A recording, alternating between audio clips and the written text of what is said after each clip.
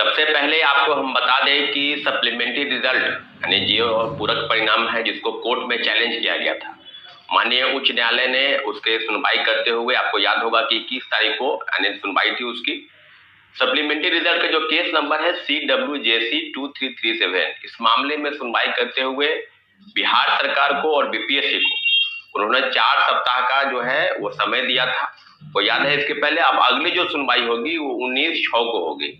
यानी लगभग जो बातें हैं वो इसके पहले भी जो सुनवाई हुई थी CWJC 1151, उस मामले में भी पहले 8 सप्ताह का उसकी जो सुनवाई थी पहले, और पहले 8 फरवरी को हुई। उसके बाद जो है सुनवाई हुई 19 तारीख को हुई, 19 अप्रैल को हुई, और उसके बाद जो है आने 5 अप्रैल को हुई। अब उसके बाद जो है 19 अप्रैल को सुनवाई होने वाली थी, परंतु नहीं हो पाई। तो सब मामलों पर लगभग 2 केस सप्लीमेंट्री रिजल्ट के नाम पर चल रहा है। उसके पहले कंप्यूटर साइंस और उर्दू वाले में भी सुनवाई हुई है। कोर्ट ने स्पष्ट तौर पर बिहार सरकार और बीपीएससी को, किसी को 8 सप्ताह का समय, किसी को 4 सप्ताह का समय, तो अब सीधे सुनवाई जो होगी 19/6 को होगी, यानी 19 जून को सुनवाई होगी इस मामले में। और CWJC 1151 की सुनवाई 19 तारीख को होने वाली थी। केस का लिस्टिंग थोड़ा बाद में हुआ, उसकी भी सुनवाई संभवतः आज कल में होगी। उसके भी आपको पूरी जानकारी आपको बता देंगे। तो आने वाले समय में निश्चित रूप से बीपीएससी और बिहार सरकार को जो नोटिस गया है उसके आलोक में उसको जवाब देना है। दूसरी महत्वपूर्ण खबर जो बंगाल से निकल कर आ रही है साथियों, ये कल ही पूरे लगभग ये कल के देश के इतिहास में एक बहुत बड़ा खबर है, बहुत बड़ी न्यूज है। और जाहिर सी बात है कि जितने भी शिक्षक अभ्यर्थी हैं, जो कैंडिडेट है, उनके मन में कहीं ना कहीं उल्लास का भाव और जो आशा की किरण है वो जग रही होगी।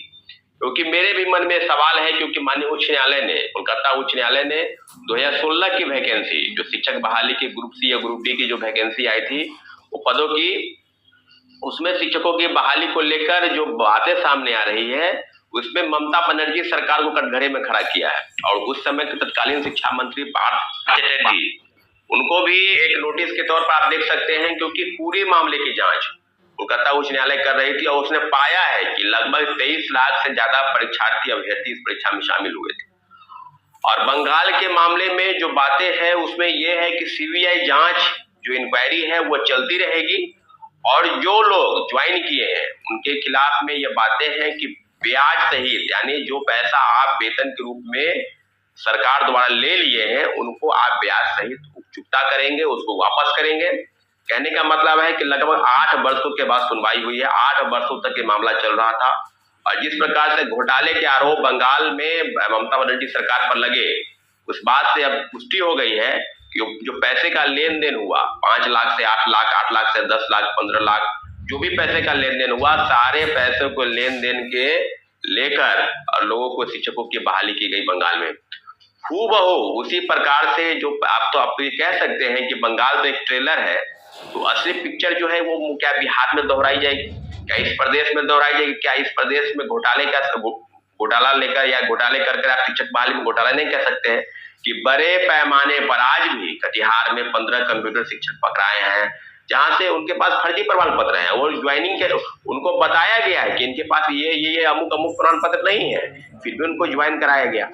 तो बिहार में जिस प्रकार से हो रही है TRU 1 से लेकर TRU 2 तक, और TRU 3 में तो भंडाफोड़ हो गया, तो ये अब मान के चले कि शिक्षक बहाली के मुद्दे पर, शिक्षक बहालियों के मुद्दे पर कोर्ट में याचिका दायर की गई है। तो उसको बंगाल के इस फैसले को ध्यान में रखते हुए कोलकाता उच्च न्यायालय ने जो फैसला किया, कोलकाता हाई कोर्ट ने जो फैसला किया, क्या पटना हाई कोर्ट भी उसी तरह की जजमेंट करेगी?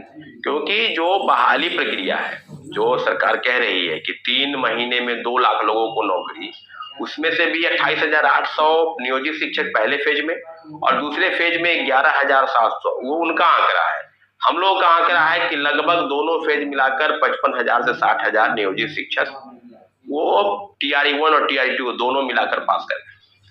परंतु नौकरी वाले को नौकरी, जो बेरोजगार हैं बेरोजगार, नहीं तो पैसा देकर बहाल, इस तरह की व्यवस्था TRU 1 और TRU 2 में हुई है। क्योंकि जो आरोपियों के पूछताछ चल रही है, जिसके कल कोर्ट में पेशी भी हुई थी, आपको याद होगा कि उज्जैन, मध्य प्रदेश के उज्जैन से 5 लोगों की गिरफ्तारी हुई। तो 5 लोग हजारीबाग के चाक थाना क्षेत्र से, जहां से 270 लोग गिरफ्तारी हुई, वहां से वो भाग निकले थे। और मुख्य सरगना बताए जाते हैं। तो विशाल चौरसिया हो या विजेंद्र गुप्ता हो या कौन लोग हैं, सभी लोगों पर जांच चल रही है और आर्थिक अपराध इकाई ने कोर्ट में ट्रांजिट रिमांड के रूप में अपने ली है। जो भी उनका बयान होगा कि कौन कौन लोग शामिल हैं, ऊपर के लोग हैं, नीचे के लोग हैं, परंतु बीपीएससी के पूर्व चेयरमैन अतुल प्रसाद की जांच होनी चाहिए, क्योंकि आपके रहते हुए ही सारे मामले TRE-1 TRE-2 हुआ, क्योंकि बिना आपके सिग्नेचर के उस ब्लैकलिस्टेड कंपनी को ठेका दिया गया। क्या आपको पता नहीं था, या आपको पता था तो कैसे किसी के पास पेन ड्राइव में क्वेश्चन पेपर चला गया, बिना QR कोड लगे हुए उन लोग के पास चला गया? तो और लिंक जो है इंटर स्टेट लिंक है। मैं कह रहा हूं ना कि लगभग 10 राज्यों के जो 10 राज्य के जो शिक्षा माफिया है, सरगना है, उनकी मिली भगत ये शिक्षक बहाली प्रक्रिया में थी। और सारे मामलों पर सरकार संज्ञान कैसे ले रही है? सरकार संज्ञान लेना नहीं चाहती है और लगातार प्रोटेस्ट चला। TRE-1 से लेकर TRE-2 तक जो फर्जीवाड़ा हुआ, उस माननीय उच्च न्यायालय ने सप्लीमेंट्री रिजल्ट के नाम पर जो याचिका दायर है, और कोलकाता उच्च न्यायालय के आलोक में जो फैसले आए हैं, परीक्षाएं जो बहाली है उसको रद्द की गई है। तो बिहार सरकार को भी उसी प्रकार से करने पर हम लोग बाध्य करेंगे और माननीय उच्च न्यायालय में याचिका दायर होगी, जरूर होगी, निश्चित रूप से होगी। तो आने वाले समय में सारे मामलों पर TRE-1 TRE-2 और TRE-3 में जो भंडाफोड़ हुआ, सब मामलों पर बिल्कुल तहकीकात करनी है। बंगाल की तरह बिहार में भी वो चीज दोहराई जाएगी। वो तो एक झांकी है, अभी पूरा बिहार बाकी है और बिहार में शिक्षक बहाली बिल्कुल भ्रष्टाचारियों की भेंट चढ़ गई। तो दोस्तों, आप लोगों ने स्पष्ट रूप से सुन लिया कि जिस प्रकार से बंगाल में लगभग 26,000 शिक्षकों की जो भर्ती प्रक्रिया 2016 में पूर्ण हुई थी, वो प्रक्रिया जो है वो रद्द कर दी गई।